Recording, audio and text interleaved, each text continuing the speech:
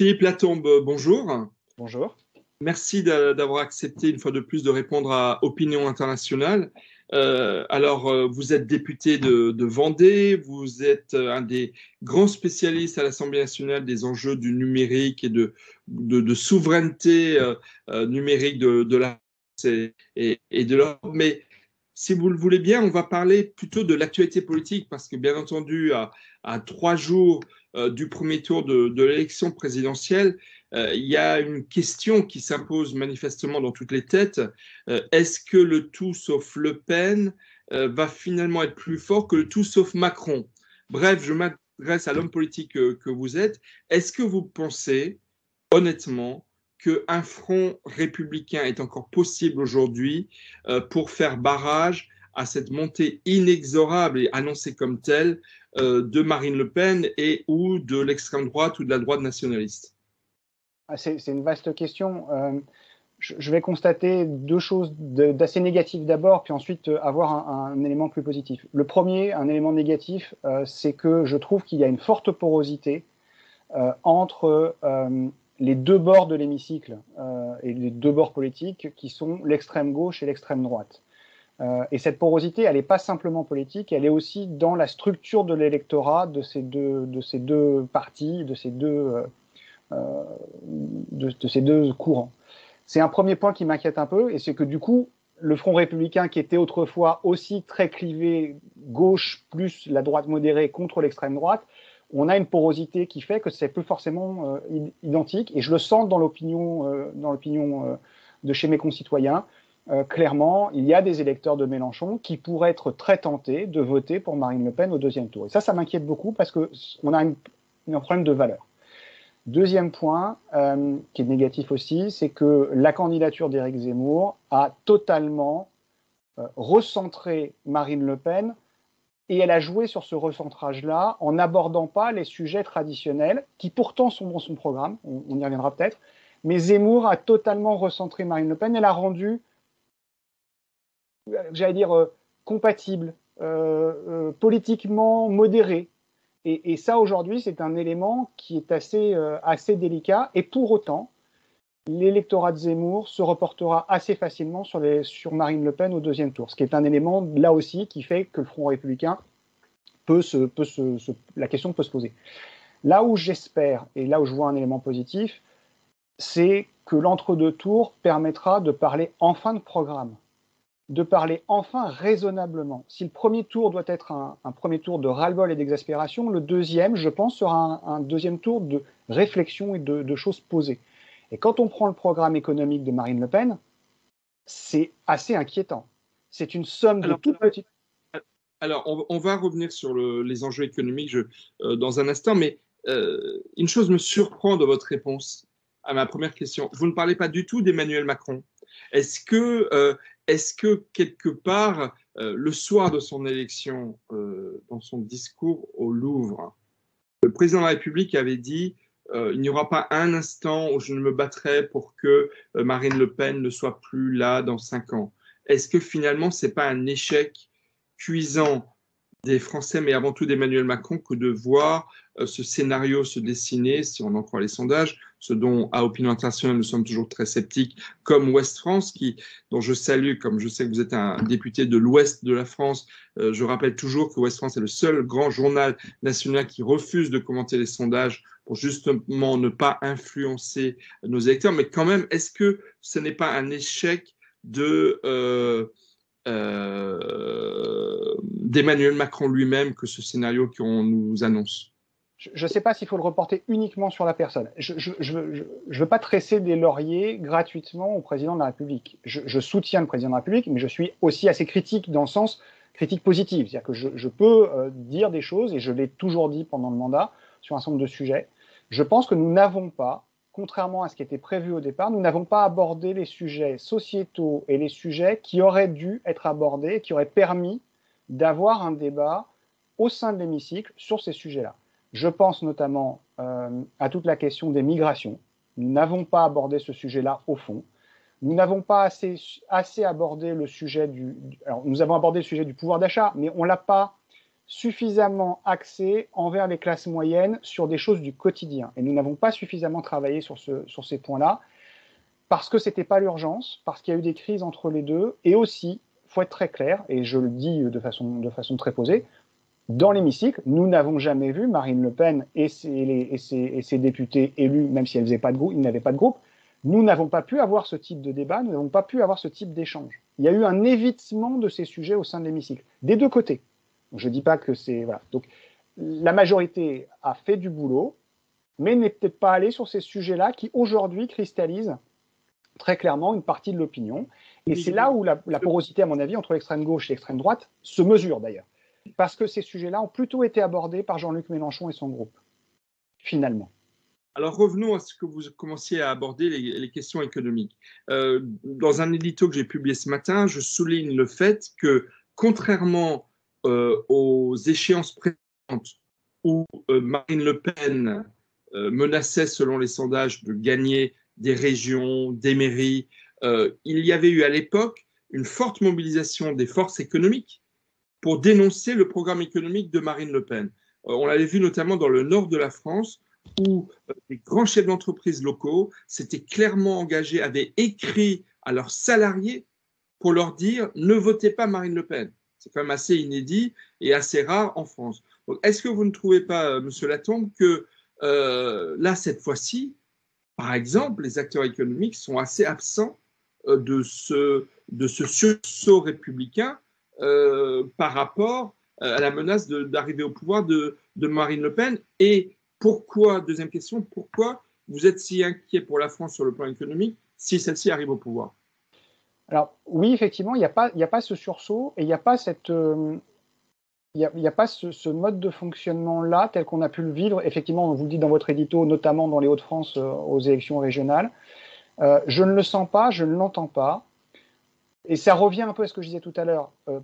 Pour une partie, parce que Marine Le Pen s'est contentée de parler de pouvoir d'achat et que qui ne parle pas aujourd'hui de pouvoir d'achat ou n'est pas d'accord avec l'idée qu'il faudrait qu'on qu'on aide le pouvoir d'achat de nos concitoyens, chefs d'entreprise inclus, syndicats inclus, il y a un certain nombre de choses qui aujourd'hui ressortent de cela.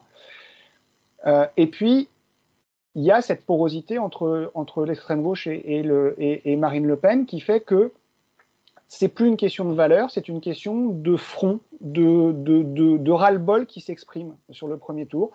Et effectivement, je pense que beaucoup de monde ont envie de voir le premier tour comme un exutoire et que du coup, ça n'a pas d'impact parce que tout le monde se dit c'est un exutoire au premier tour, mais Macron sera élu au deuxième quoi qu'il arrive.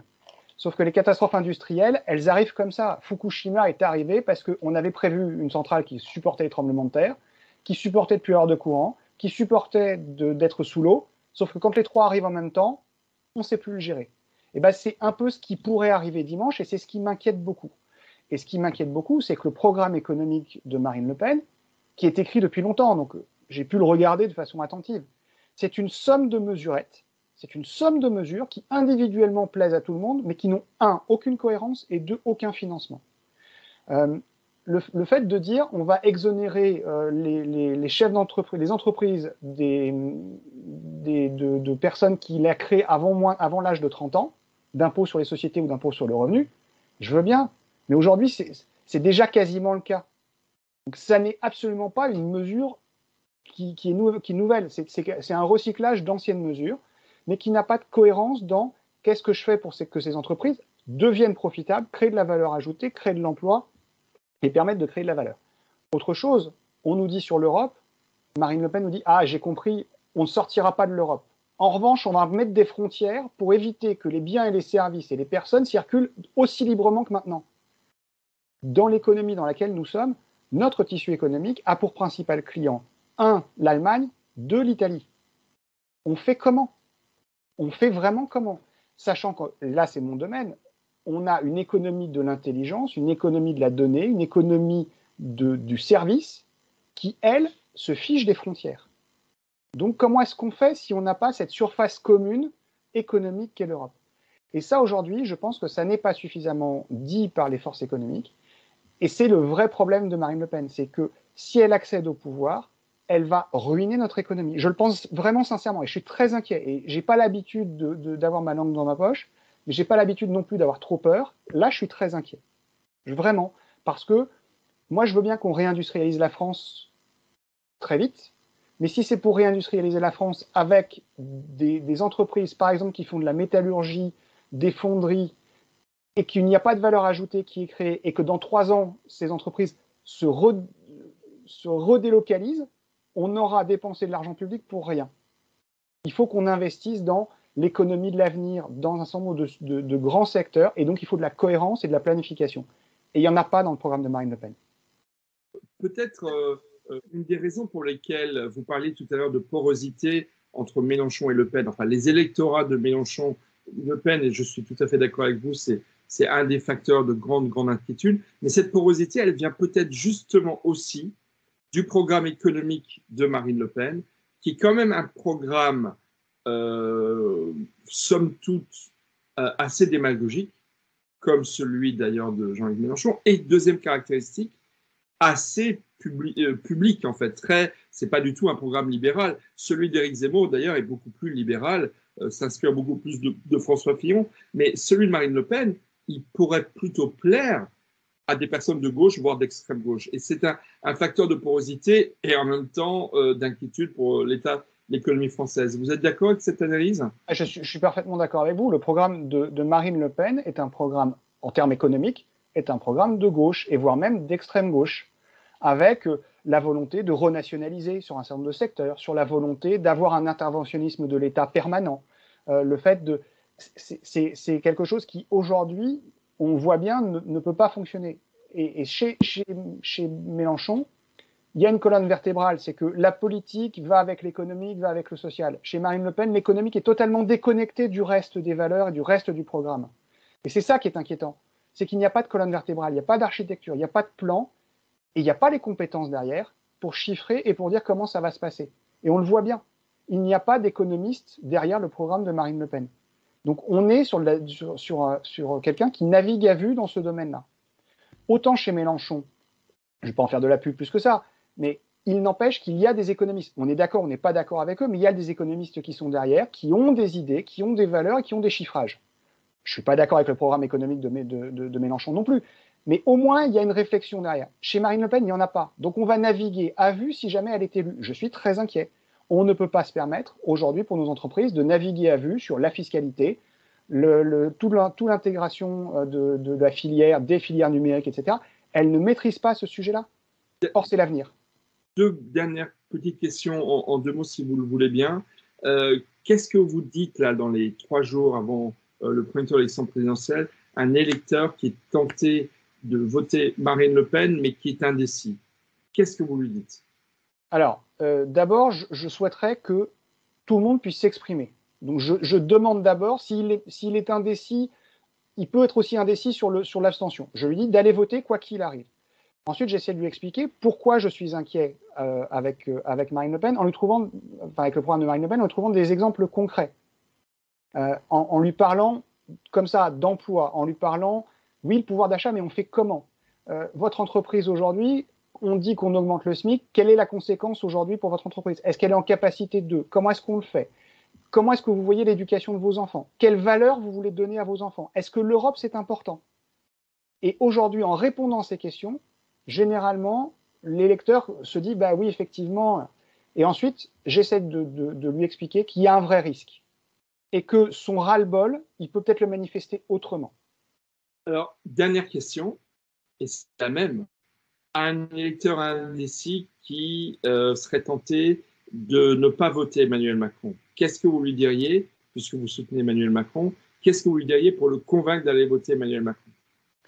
Même chose. D'abord, s'il a une question qui est « je ne vais pas voter » ou « je vais voter », je lui demande d'aller voter. Ensuite, je lui explique que jamais nous n'avons eu autant de crises depuis 5 ans.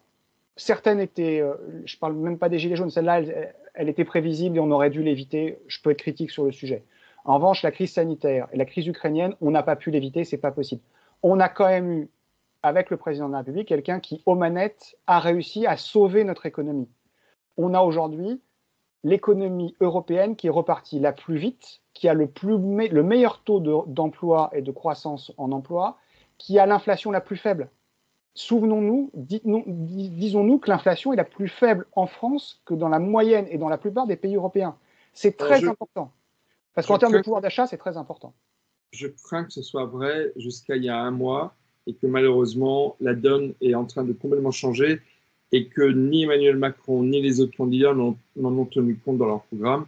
Mais il faut dire que c'est très récent. On a aussi ça, et on va le voir, c'est que nous avons une autosuffisance alimentaire très forte, ce que d'autres pays n'ont pas. Donc on va avoir un effet qui est l'augmentation du prix des matières premières, mais qui va rebaisser après parce que nous sommes en autosuffisance. Donc on pourrait en discuter le mois prochain avec un peu de recul.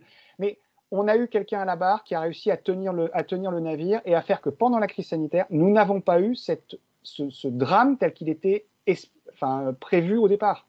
On a réussi à tenir le bateau et à affronter la tempête. Et en plus, il y a une volonté de planification et de perspective. Et c'est ça qui est important aujourd'hui.